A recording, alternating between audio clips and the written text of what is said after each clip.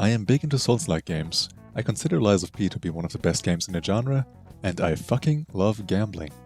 The profound lack of gambling in an action RPG with linear loot can easily be counteracted through the use of randomizer mods, which shuffle the location of enemies, items, and bosses. This leads to boss fight order being out of whack, enemies being where they definitely shouldn't be, and items following their example. Those factors combined make for a fresh experience on new playthroughs, and is totally not just a way to turn even more games into roguelikes. I do not have a problem, you have a problem. Shut up, leave me alone, shut the fuck. Lies of P, randomizer. She lie on my pee till I... I can't do this shit, man. Starting off, I did the only sensible thing and picked up my weapon, to then proceed and start on the first Crowd Central Station was rather kind, giving me a good chunk of ergo, a decent defensive frame, and most importantly, a pretty sick weapon. Since the mod allows for unique weapons to also be split into blade and handle, just like normal ones, which can lead to some rather unholy combos. This also meant that I was fully set up for the first boss, and despite it being phase 1 of the final boss, and the HP scaling is messed up. Shit. Clinging on to hope that the issue was exclusive to boss 1, I went ahead, encountered the White Lady, fought the Atoned, encountered the White Lady, found Romeo 1 instead of Watchman, and did no damage. Oh thank god, we are so back. Vanini Works brought me some interesting surprises, such as encountering the White Lady, stockalarm.mp3, and Andreas, apparently. Afterwards, I made my way to the cathedral by fighting the Atoned, to then fight the Atoned, and use my expertise in parkour to...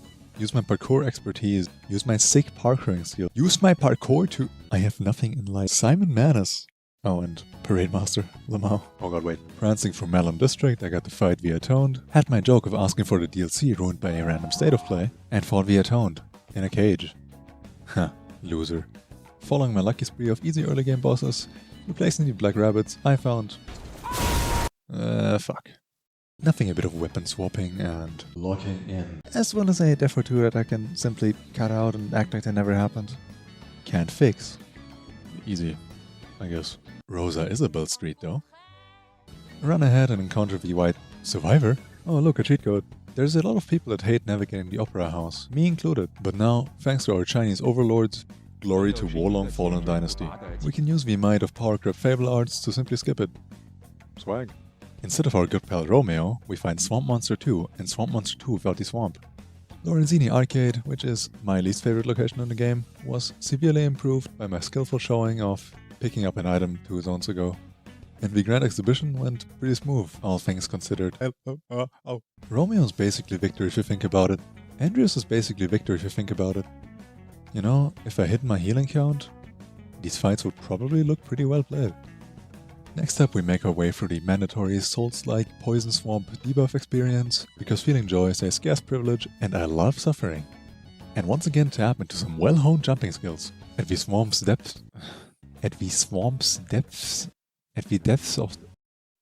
end of the swamp I finally found Victor, who has apparently huffed enough ergo to start going dumpster diving. Our main man in blue was then followed up by the corrupted Parade Master, which, you know, close enough. I can see it. On the way back to the hotel I got to fight the oh no. And as it turns out, they swapped places. You ever procrastinate editing a video for so long that half the jokes you try to use end up being extremely fucking dated? Me neither. Is this wall bugged? Am I like soft log? One nice thing about these randomizers is, you get to look forward to your least favorite boss being replaced by something else. Instead of fighting Black Rabbits 2, which I strongly dislike, I instead got to fight a mix of Black Rabbits 1 and 2. Thanks, game. Oh, fuck you, man. Obligatory Eladoro kill. And we start the way too long finishing run, inching us closer and closer to the good old meme of your yard. Fuck. This bit is kinda getting old. Nevertheless, a bit more of locking in rewarded me with encountering the White Lady and the ability to make my way up the tower, where the game suddenly turned into a hack and slash. Lakshazia ladder, Lakshazia cutscene, Simon Manus? I hate Simon Manus. Lakshazia 2? Is Lakshazia 1? Come here, bitch. 2 more to go.